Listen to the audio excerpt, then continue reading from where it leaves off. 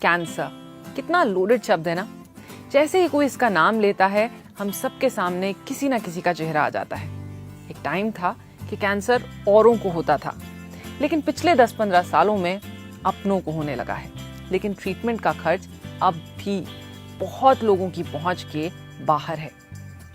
हम सब उन केसेस के बारे में जानते हैं, अक्सर सुनते हैं, जहां लोगों ने अपने इन्वेस्टमेंट्स, अपने एसेट्स, यहाँ तक कि अपने घर तक बेच दिए to save a loved one.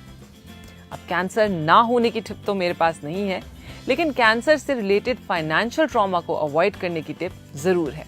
Hi, I am वानी और इंश्योरेंस के बारे में मैं बहुत ही पैशनेट हूँ। क्यों? क्योंकि ये एक ऐसा एरिया है जो जितना इम्पोर्टेंट है उतना ही मिसअंडरस्टूड भी है। LIC और मैं इस वेब सीरीज के माध्यम से इंश्योरेंस के बारे में कुछ कंफ्यूजन्स दूर करना चाहते हैं। शुरू करें?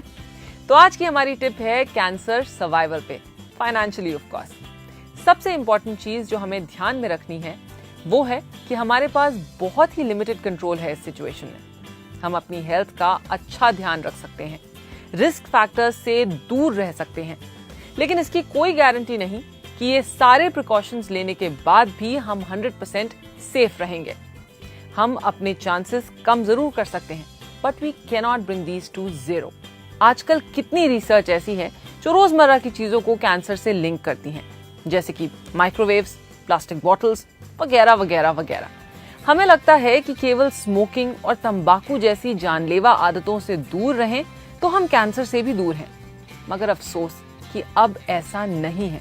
सो इट्स एक्सट्रीमली इंपॉर्टेंट कि हम रेगुलर मेडिकल चेकअप्स कराएं। जितना अर्ली डिटेक्शन उतना बेटर प्रोग्नोसिस और उतना ही छोटा ट्रीटमेंट। सेकंड, अपने लिए एक कैंसर कवर पॉलिसी जरूर लीजिए। यस, क्योंकि यही एक ऐसा एरिया है जहां आपकी मेडिकल पॉलिसी भी कम पड़ सकती है। एक तो अमाउंट की बात है और दूसरा ये कि वो अमाउंट किन चीजों में खर्च कर सकते हैं आप।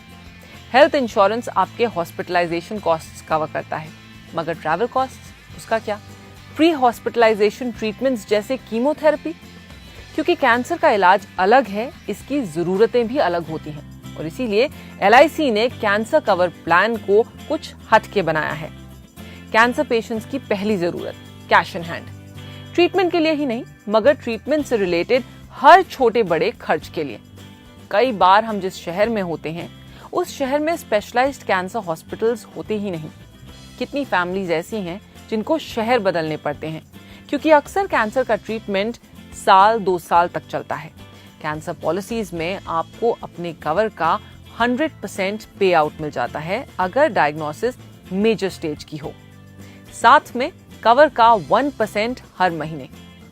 अगर आपका कवर 50 लाख का है तो हर महीने आपको 50,000 मंथली इनकम अगले 10 सालों के लिए। कैंसर के साथ लड़ने के लिए पूरी स्ट्रेंथ चाहिए होती है और इस समय नौकरी या बिजनेस होल्ड पे जाता ही है। तो ये जो एक्स्ट्रा मंथली इनकम आ रही है वो आपके स्ट्रेस को मैनेज करने में बहुत काम आती है। अगर पेशेंट नहीं रिकवर करते तो उनकी फैमिली को ये मंथली इनकम मिलती है जब तक 10 साल नहीं बीतते। अगर कैंसर माइनर स्टेज का है तो आपको अपने कवर का 25% पे आउट मिल जाता है। सो अगर आपके कवर 20 लाख के हैं तो 5 लाख पे आउट, और बाकी अगर कैंसर मेजर स्टेज तक जाता है तब। और ये सब आपके हर महीने के चाय कॉफी के खर्च से भी कम दाम में। जानते हैं, साल के 3,000 रुपए भी नहीं लगते 25 लाख के कवर के लिए, किसी 30 साल के इंसान के लिए, यानी हर महीने के 250 रुपए से भी कम। कैंसर कवर फैमिली के किसी बुजुर्ग की तरह ही है, समय आने पर पीछे नहीं हटता और वो सब करते हैं जिनकी जरूरत है, बिना किसी कहासुनी के। डायग्नोसिस से लेकर मंथली इनकम तक आपको बस डायग्नोसिस रिपोर्ट LIC की ब्रांच में सबमिट करनी होती है with no extra paper work. सुन के ही रिलीफ हुआ ना? इमेजिन कीजिए कि लाइफ के उस टाइम पे जब सारा फोकस रिकवरी पे रखना हो, ऐसा एक्चुअली हो पाए। आधी लड़ाई तो आप वहीं जीत जाते हैं जब पैसे का स्ट्रेस नहीं होता, ना किसी और पे डिपेंड रहने की जरूरत, ना जिंदगी भर की मेहनत के बनाए हुए एसेट्स को तोड़ने की जरूरत। तो सोचिए और अपनी फैमिली से इस बारे में बात कीजिए। ये बातें अनकंफर्टेबल जरूर हैं मगर जरूरी भी हैं। और फिर अपने LIC एजेंट से कैंसर कवर पॉलिसी की जानकारी भी लीजिए। इस हफ्ते आपके 2 मिनटों के लिए बहुत शुक्रिया मेरी और LIC की ओर से। हमारा show life insurance made easy आपके लिए हर हफ्ते हाजिर है। तो अगले हफ्ते हम 2 मिनट में बात करेंगे क्रिटिकल इलनेस पर।